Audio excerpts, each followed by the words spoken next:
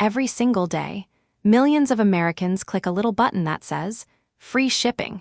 It feels like a small win, a tiny gift from modern convenience. You order a $20 shirt, it shows up at your door 2 days later, and you pay $0 extra for transport. But here is the massive financial lie sitting right in front of us. Free shipping does not exist. It has never existed, and it never will. Someone is paying millions of dollars to move those packages, every single hour of every single day. So, if you aren't paying for it, who is? And more importantly, how are shipping companies turning this exact consumer illusion into tens of billions of dollars in pure net profit? To understand this economic trick, you have to stop looking at shipping as a delivery service and start looking at it as a massive retail trap. A trap engineered so carefully that both everyday shoppers and online businesses willingly pour their money into it without even realizing what is happening. But to uncover where the money actually goes, we first have to reveal a hidden rule built into every single cardboard box. A secret rule that silently inflates prices before a package ever leaves the warehouse. Most people assume shipping costs are based on weight. You place an item on a scale, it weighs 3 pounds, you pay for 3 pounds. Simple, right? Wrong. Years ago, shipping giants realized a massive problem in their business model. Their trucks and planes were filling up with lightweight items, like pillows, plastic toys, and giant rolls of bubble wrap. The cargo bays were completely full, but the total weight was incredibly light. They were literally flying planes packed with air and losing millions in potential revenue. So, they quietly introduced a mathematical formula called dimensional weight pricing, and it changed retail forever. Instead of charging you for what a box actually weighs, they multiply the length, width, and height, and divide it by an arbitrary magic number. Suddenly, an empty cardboard box with a single pair of sneakers gets billed as if it weighs 10 pounds. Retailers were caught completely off guard, but they couldn't stop shipping. Overnight, shipping companies began monetizing empty volume, turning wasted space inside trucks into high-margin profit. Yet, charging for air was only step one of the trap. The real masterstroke came when shipping empires turned their attention to the merchants themselves, setting up a subtle squeeze that forces small businesses into a financial corner. Imagine running a small online store. You sell custom coffee mugs to compete with massive retail giants. You feel forced to offer your customers free shipping, but when you take your package to a shipping carrier, they don't give you a discount. In fact, they hit you with a massive web of hidden fees, fuel surcharges, residential delivery penalties, peak season spikes, and address verification fees. So, what does the merchant do? They raise the price of the coffee mug from $15 to $22. The customer clicks free shipping, feeling like they won a prize. But in reality, the cost of delivery was secretly baked directly into the retail price from the very beginning. The consumer gets fooled. The merchant takes all the operational risk, and the shipping carrier sits comfortably in the middle, collecting guaranteed cash on every single order. And that brings us to a shocking question. If merchants are already paying high rates, how do shipping giants force these businesses to stay locked into their systems forever? The answer lies in a powerful business strategy called minimum volume penalties. When a growing brand signs a contract with a shipping carrier, they are promised a tier discount, but only if they ship a massive number of packages every month. If the merchant hits their target, their rates stay reasonable. But if sales slow down, or if they try to split their volume with a competing carrier, the shipping giant instantly triggers a penalty clause. Their rates skyrocket overnight. The small business is suddenly slapped with huge price hikes, threatening to wipe out their profit margins entirely. It is a brilliant, borderline legal lock-in mechanism. Merchants become addicted to the higher volume tiers, trapped into using one single carrier, and afraid to ever look for alternatives. The shipping companies effectively lock down entire supply chains, securing predictable, recurring revenue year after year. Yet, even with locked-in merchants and hidden fees, the biggest profit cow in retail logistics is something most consumers treat as an afterthought. The dreaded product return. Think about your own shopping habits. You buy 3 different sizes of the same pair of jeans. Try them on in your living room, keep the one that fits, and ship the other two back. It feels completely harmless, doesn't it? But behind the scenes, reverse logistics is an absolute financial goldmine for shipping carriers. When a product is returned, the entire shipping process happens all over again. In reverse, a driver picks up the package.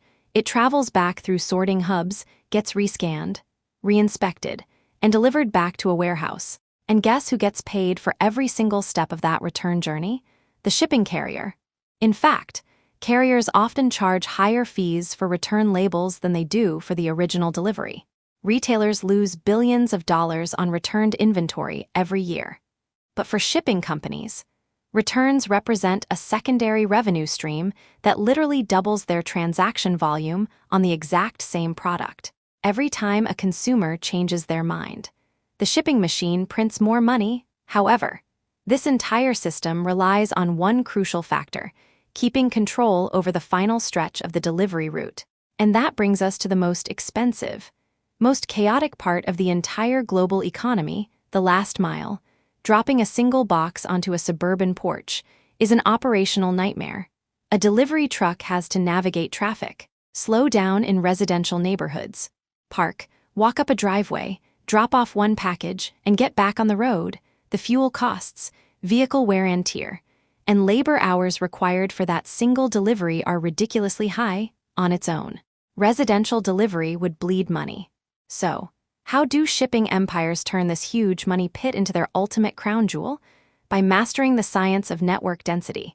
If a truck drives a mile to deliver one package, the carrier loses money. But if that exact same truck drops off 12 packages along that single street, the cost per package drops drastically, while the fees collected multiply.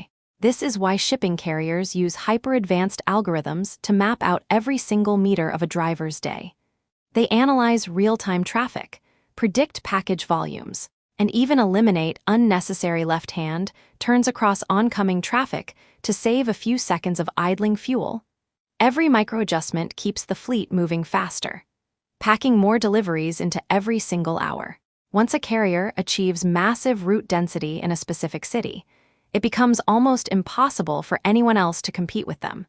The unit economics simply favor the giant.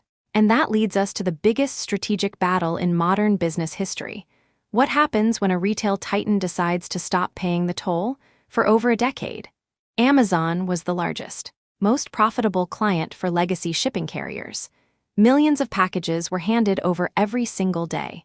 But Amazon eventually realized a terrifying truth. They were spending tens of billions of dollars just to enrich third-party delivery networks, while handing over valuable customer data in the process. So, Amazon made a bold move that sent shockwaves through Wall Street. They began building their own independent logistics empire, buying planes, leasing thousands of delivery vans, and building sorting hubs right next to major cities. Industry experts predicted disaster for traditional shipping carriers. If their biggest customer leaves, won't the entire infrastructure collapse? What actually happened next completely flipped the script. Instead of panicking, legacy carriers did something counterintuitive. They voluntarily walked away from low-margin consumer shipping.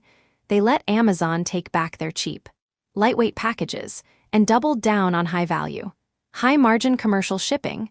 They targeted specialized markets, like medical transport requiring temperature-controlled cargo, high-end electronics, automotive components, and international express documents.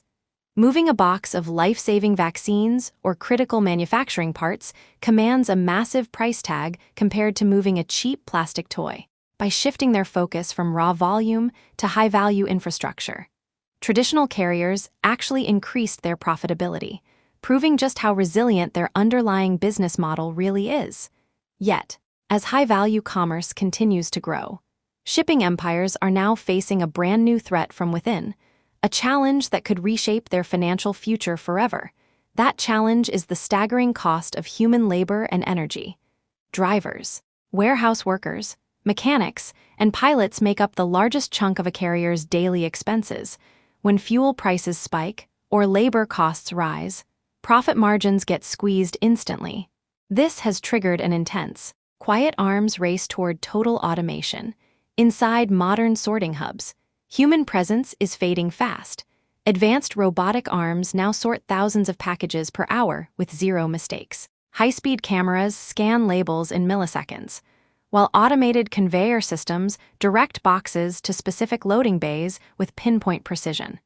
The ultimate endgame for these logistics titans is simple: eliminate human friction from the delivery pipeline entirely. Autonomous long-haul trucks, AI-driven dispatching, and fully automated sorting warehouses aren't just cool technology experiments. They are high-stakes financial tools engineered to widen profit margins to historic levels.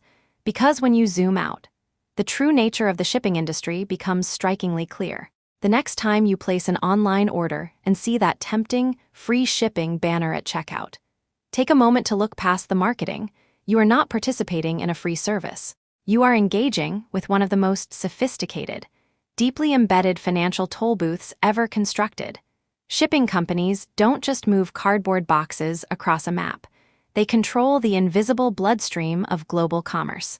They monetize physical space, squeeze merchants, profit off product returns, and collect a guaranteed toll on every single item bought, sold, or returned. In modern society, you might think you are just buying a product, but in reality, you are paying a permanent tariff to the invisible giants who move the world.